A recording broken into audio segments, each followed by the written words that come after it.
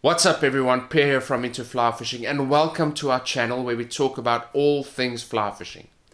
If it's your first time visiting our channel or seeing one of our videos, firstly welcome, and secondly, if you find this video interesting or helpful, please subscribe to our channel and turn on those notifications.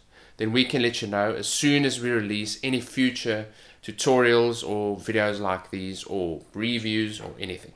In this video we'll be covering basic fly types. Now I've been fortunate enough to be fly fishing for many years, and when a new angler asked me the other day about different fly types and I started talking to them, I realized how complex all of this must sound.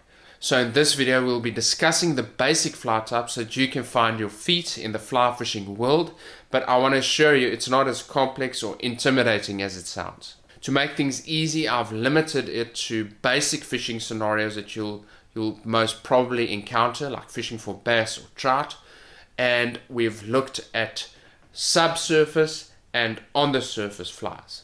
Let's first look at subsurface flies, where you'll find most fish species feed most of the time. So let's look at the most common fly types in the subsurface category.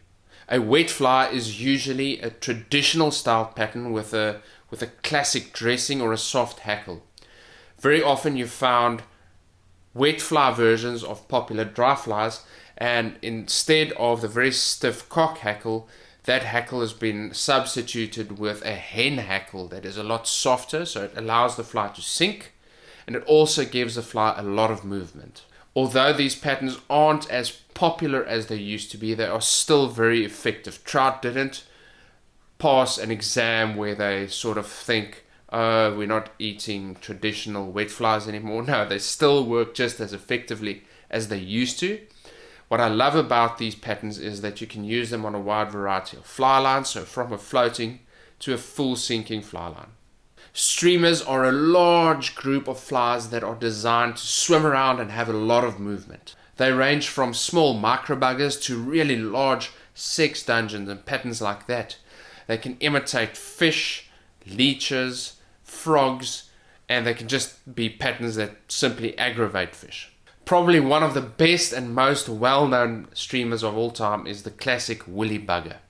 Nymphs imitate aquatic insects in their larval stage. Now the insects that they imitate can range from mayflies, caddis, stoneflies, damselflies, dragonflies, all of these popular or prolific aquatic insects. Most of these larvae live on the bottom of a river or a lake, so you'll find that a lot of these patterns are weighted either with tungsten or copper or brass bodies, and that is just to get the fly down to where the fish are feeding.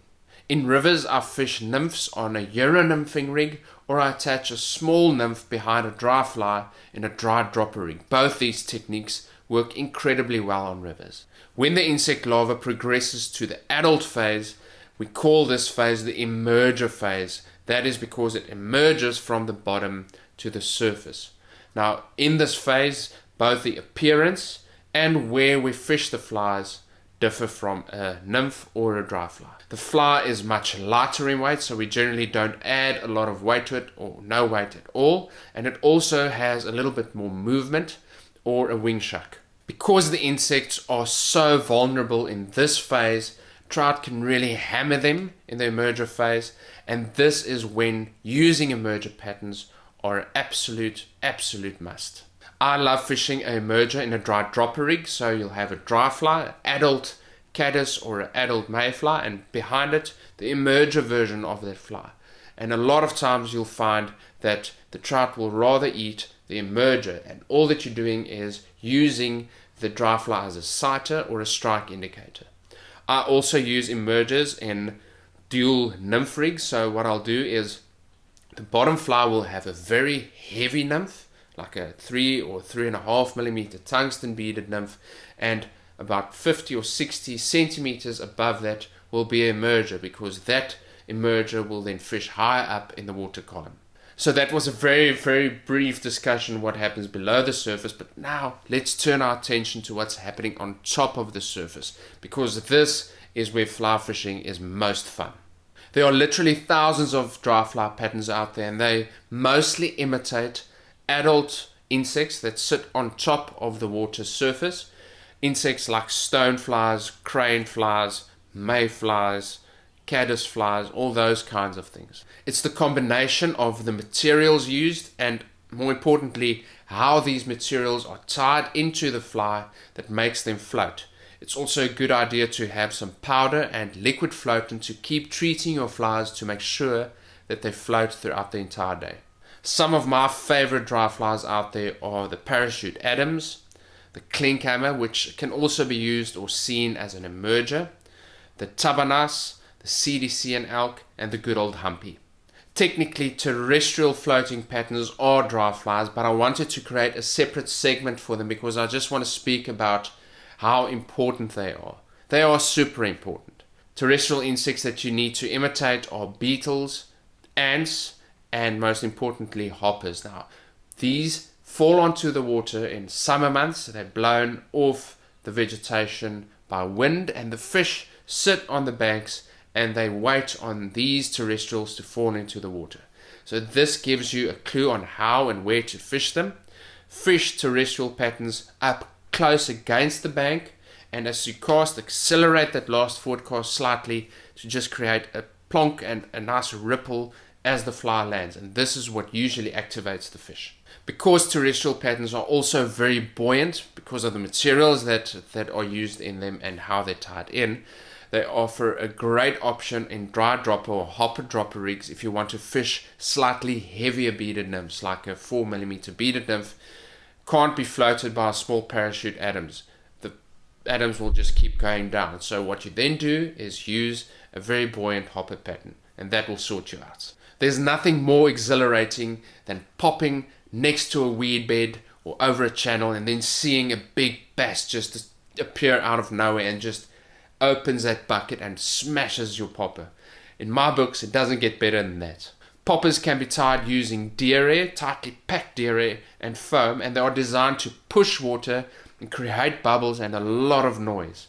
There are many different popper styles or names of poppers, but the ones that I really like are the crease fly, a double barrel popper, and a Dahlberg diver. Now, all three of these have different actions or ways of retrieving them, and all three of them are exceptional flies. Talking about poppers, one thing that I want to mention, and something that I've learned over the years, is how important hooks are on poppers. The two main things that you need to look for is firstly a very sharp point, because as the fish comes and it hits that fly, it doesn't always make 100% contact. So you need incredibly sharp point to really find the smallest piece of purchase and really penetrate very quickly, because the fish eat so quickly. The other one is that the hook needs to have a very wide gap so that the gape isn't obstructed by any of the popper material. As you can see, there are a ton of different fly patterns out there, or styles of flies, and we've only covered the absolute surface of it. It's such an interesting topic.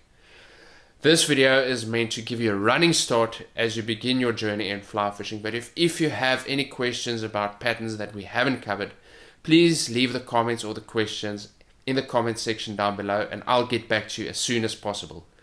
Please subscribe to our channel and turn on the notifications, then we can let you know as soon as we release any future videos like these. Until next time, cheers.